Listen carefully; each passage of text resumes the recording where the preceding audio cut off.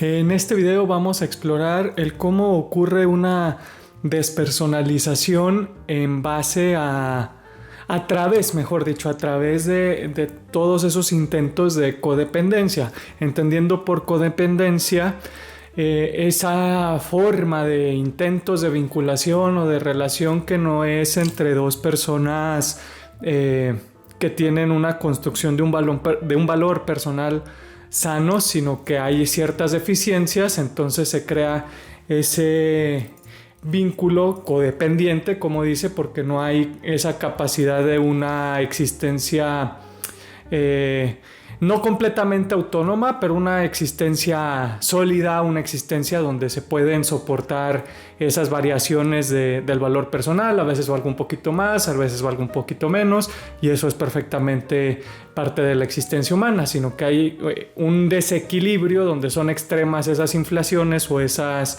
deflaciones, y entonces se crea esa codependencia para tratar de tener un balance.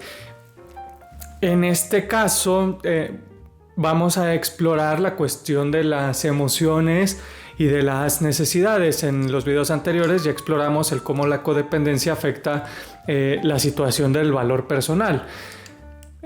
Principalmente la codependencia, si la podemos establecer como un origen en una infancia donde no hay un respeto de esa nueva vida, un respeto de los infantes para que vayan creando su propia personalidad, para que tengan su espacio, para que tengan la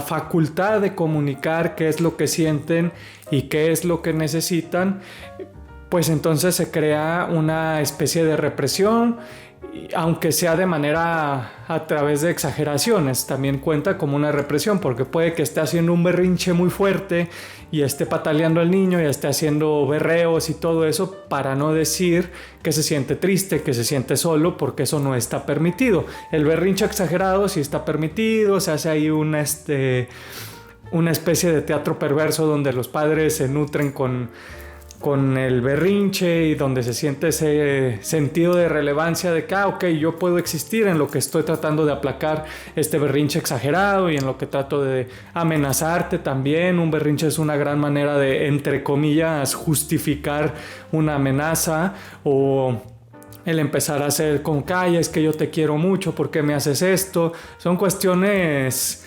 al menos que cuando se ponen en una relación de cuidado de un infante con un adulto, pues se vuelven muy perversas. Se vuelve algo que se escucha, que se ve, que se percibe y que repugna. Pero cuando es entre dos personas legalmente adultas, pero psicológicamente inmaduras, pues se vuelve algo más cotidiano, algo más aceptado, algo que es más fácil dar por alto. Pero cuando lo ponemos en esa perspectiva de infante con adulto, yo creo que da esa claridad en cuanto a qué tan apropiada es la manera de relacionarse.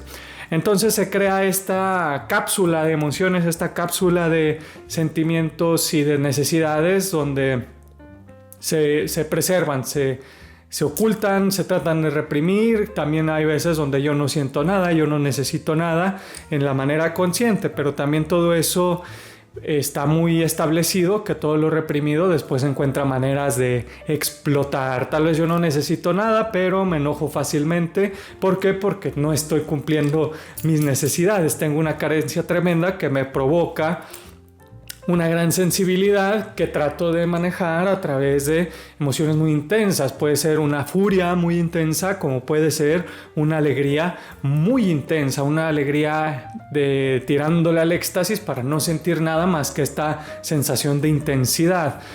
La intensidad es la mascarilla perfecta para todas estas cuestiones de los dolores, de las tristezas, de las necesidades, porque lo vuelve todo muy monocromático, lo vuelve todo de un solo color, de un solo tono, de una sola melodía, una melodía muy sencilla de dos notas. Ya no es una melodía orquestal, porque toda esa complejidad, toda esa riqueza, pues está en la parte reprimida, está en la oscuridad, tratando de no hacerle caso, pero está muy ahí, tocando y causando confusiones, causando preocupaciones, y entonces es cuando una parte de nuestra psicología ha evolucionado para crear estas intensidades, estas exageraciones y tratar de enfocar la atención en esa situación muy limitada. Ahora, en el aspecto relacional, esto de las emociones y las necesidades también se puede explorar de manera muy indirecta, a través de las proyecciones, a través de esas invasiones. Yo no lo siento, pero tú sí. Yo no estoy triste, pero tú estás muy triste, tú estás muy mal. Y no es cierto, yo me siento bien, te responden, pero hay ese empecinamiento ciego. ¿Por qué? Porque no estás tratando de realmente ver si la persona está pasando por un momento difícil para escucharle, para tratar de ayudarle, para tratar de que salga, sino que lo estás haciendo para poder procesar tu propia tristeza, para poder darle un respiro, una fuga de escape a todo lo que se lleva reprimiendo desde hace mucho tiempo. Esto lo podemos autoanalizar. Siempre invito al autoanálisis. Es muy fácil criticar a las otras personas, pero no vamos a tener esa nutrición, no vamos a satisfacer esas necesidades hasta que no lo trabajemos en nosotros mismos. Entonces podemos hacer un pequeño inventario de cuáles son esas situaciones donde nos es muy cómodo decir: es que todo el mundo es de esta manera, se siente de esta manera, necesita estas cosas de manera exagerada, de manera reprochable, y que yo no tengo. Yo nunca me siento de esta manera, pero el mundo siempre se siente de esta manera. Y a través de esa exageración se simula el balance que normalmente ocurriría cuando se puede establecer la madurez de que yo me siento triste, enojado, alegre, preocupado, ansioso, y otras personas también se sienten tristes, alegres, preocupadas y ansiosas, y las dos partes tenemos la misma dignidad y la misma el mismo espacio para darle voz, para trabajarlo, para tratar de satisfacer eso que produce el sentimiento, eso que produce el llamamiento a que se realice la satisfacción de una necesidad, que puede ser un reconocimiento, que puede ser una validación, que puede ser una apreciación, que puede ser un confort, que puede ser que te provean de algo de certidumbre, un cuidado. Pues cuando un niño está asustado en una tormenta, lo que necesita no es que lo quites de los rayos ni de los truenos, sino que te acerques con él y le crees esa certidumbre de que va a estar a salvo, de que está a salvo, de que no le va a pasar nada, que las tormentas son algo perfectamente normal. Pero cuando no hay esa experiencia, entonces causamos esa represión. No, yo no me siento mal, y todo el sistema nervioso está en total alarma. O no, yo me siento muy feliz y miren qué bien estoy, y todo eso, estas enmascaramientos con yo estoy bien, todo bien, normalmente tienen la raíz en una infancia donde pues el niño que necesitaba ayuda, aparte de que no se le ayudó, se le empezó a castigar, a reprimir, a atacar, de que no, es que ¿por qué te sientes de esa manera? No deberías, eres un tonto, eres una tonta, una inmadura, cuando nada más son niños y necesitan esa paciencia y ese sano acompañamiento. Pero cuando no existe eso, entonces es cuando pasa todo eso de que no, yo estoy bien, porque no nada más se trata de aplacar el miedo interno, también se trata de aplacar esa agresión externa, de que no me hagas nada, todo bien, todo excelente, no necesito nada, tengo todo, ¿por qué? Porque no había esa entrega, sino que se castigaba. Y el punto medio pues son todas esas negaciones, yo nada, y la indiferencia que también puede venir de ese lado. Son situaciones muy delicadas, muy personales. Hay que tener una exploración personal, íntima, de por qué tendemos a disfrazar nuestras emociones y nuestras necesidades o a reprimirlas, y normalmente vamos a hallar una conexión con nuestra historia de vida, una historia de vida bastante desagradable que por justificadas razones se encuentra perdida en el archivo de la memoria, pero hay que hacer ese trabajo de irlo explorando, porque entonces vamos a poder entender la mecánica de nuestras actuaciones inconscientes, y entonces actualizar un poquito de que sí, sucedió, hizo daño y todo eso, pero fue inapropiado. Esta situación, este patrón de abuso, este patrón de invalidación es inapropiado, fue inapropiado. ¿Cuál es la manera en que podemos empezar a actuar de manera responsable? Pero vamos a poner un ejemplo un poquito más visual, un poquito más flexible, donde podamos organizar todo esto que acabo de compartir. Que vendría siendo con algo muy sencillo, mezclar colores, mezclar pinturitas, mezclar cosas, sustancias, pero en este caso colores, porque es más visual. Imaginemos que cuando tenemos esa historia de vida nos acostumbramos a pintarnos de un color y puede ser amarillo, rojo, verde, lo que sea. Un color se vuelve esa monotonía, que se vuelve ese patrón de yo no necesito nada o todo está bien. Esto produce una personalidad muy, muy monótona, muy superficial, muy lineal. Porque entonces si estuviéramos dibujando, si estuviéramos pintando un atardecer y escogimos el amarillo, y sí, hay amarillo en un cielo, ¿por qué? Porque el sol es amarillo. El detalle es que si nada más tienes ese color, pues se vuelve un poco raro de que, ok, hasta el cielo que debería ser azul es amarillo, las nubes amarillas, las casas amarillas, el pasto amarillo.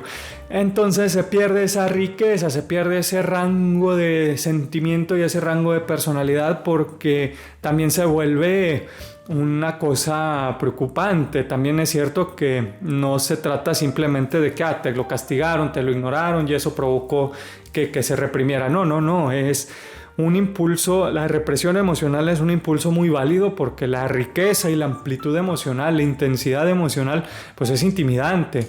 Es igual que empezar a pintar, se requiere mucha destreza, se requiere mucha paciencia pintar con diferentes colores y aprender a distinguir y aprender a decir, ok, el cielo va de color azul, el pasto de color verde, las nubes de blanco, el sol de amarillo. Y suena muy básico, suena muy sencillo cuando ya lo tenemos tan arraigado. Esto de los colores es hasta un niño pequeño se le enseñan a distinguir y todo eso.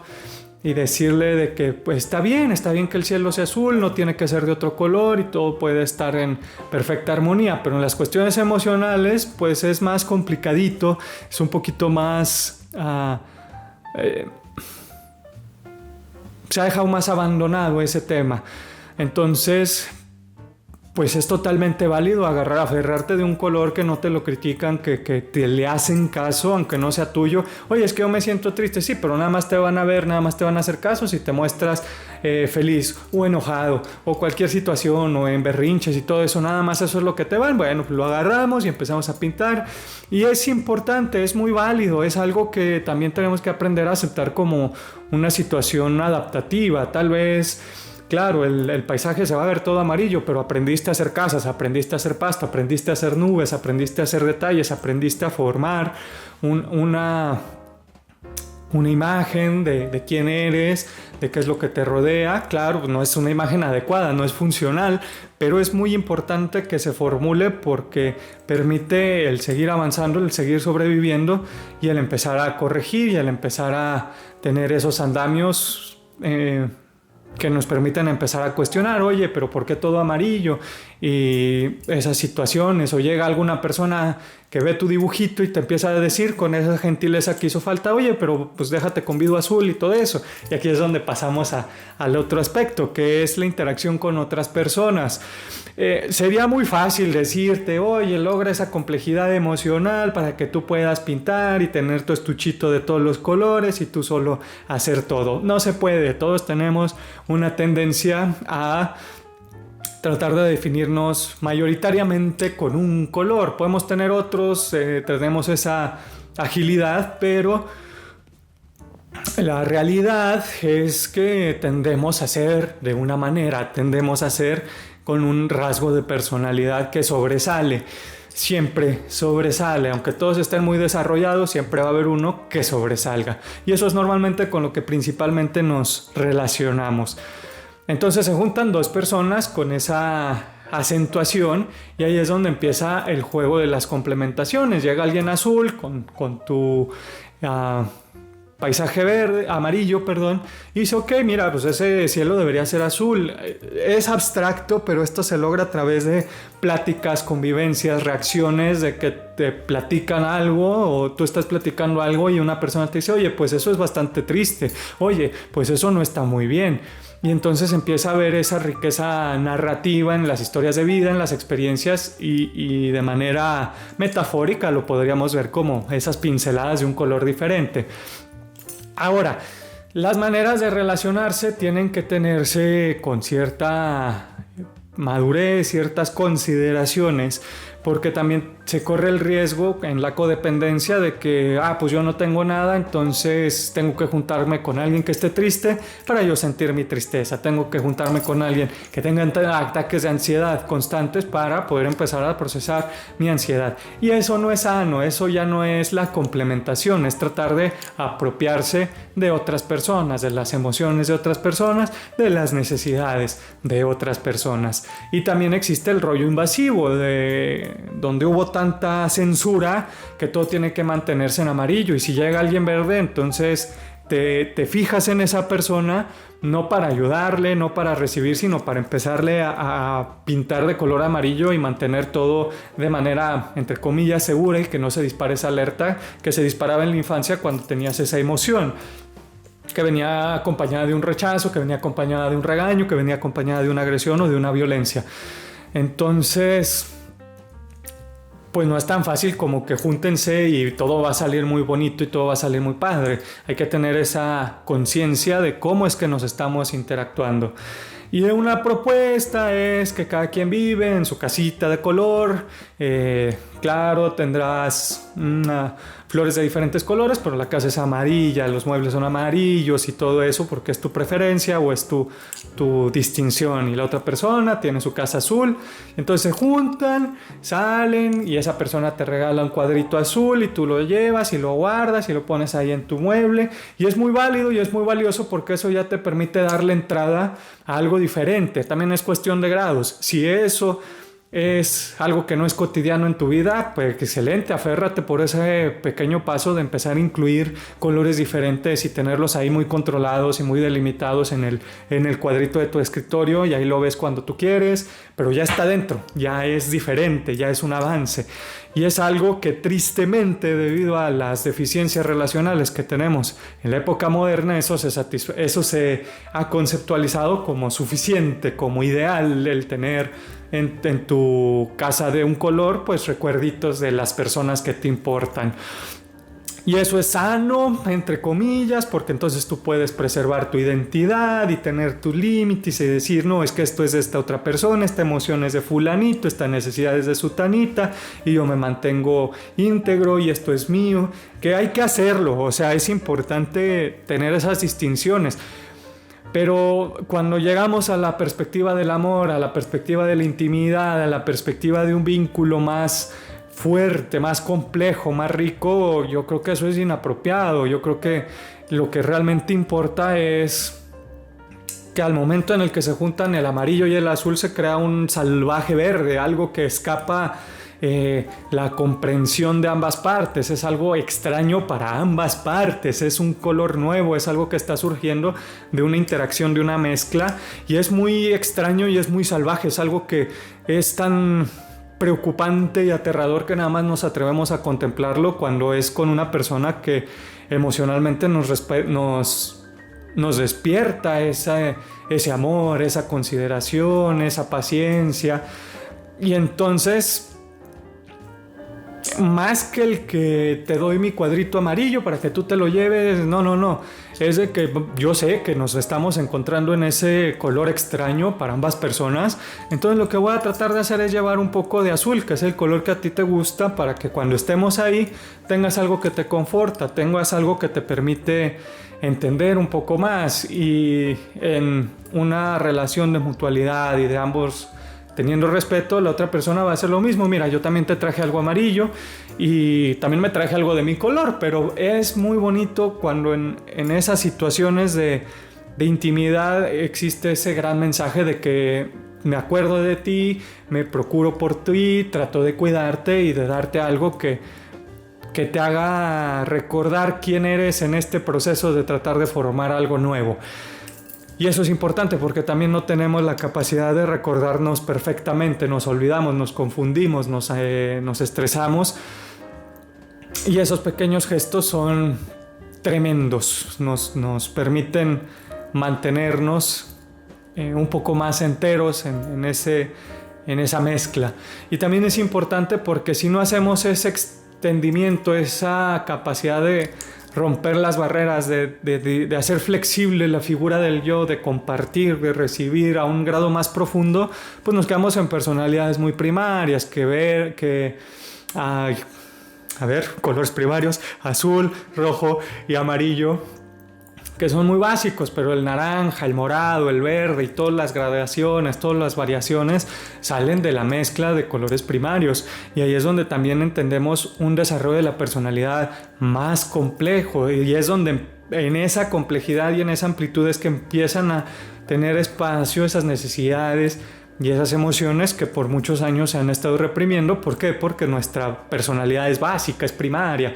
Cuando alguien está solo y en aislamiento se queda, podría ser un color perfecto si tú quieres, pero pues es muy básico, no le va a caber mucho y será una pintura totalmente amarilla con mucho detalle, bien hecha, pero muy básica, no tiene esa riqueza.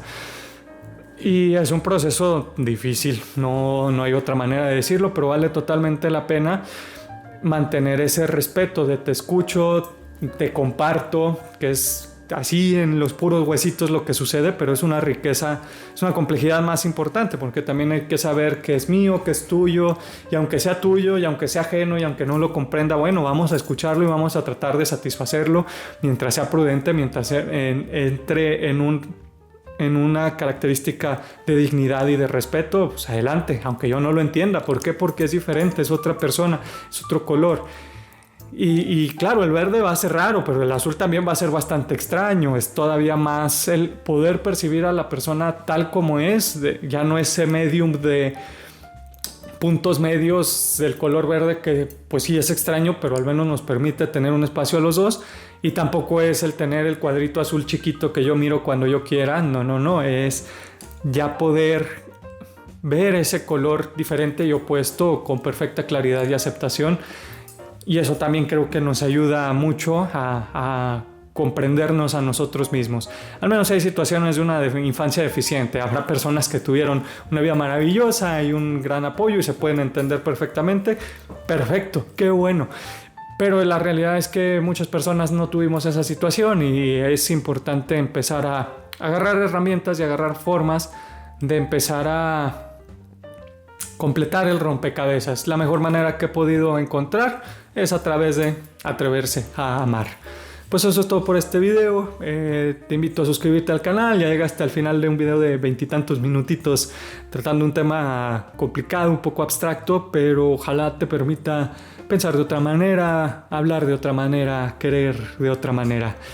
Te agradezco mucho que me permitas ser un invitado a través de la cámara, a través de la pantalla, hablar de un tema mientras te estás arreglando, mientras estás tratando de matar tiempo, haciendo otras cosas. Pues lo agradezco mucho. Mi nombre es Paul Favela y nos vemos en el próximo video.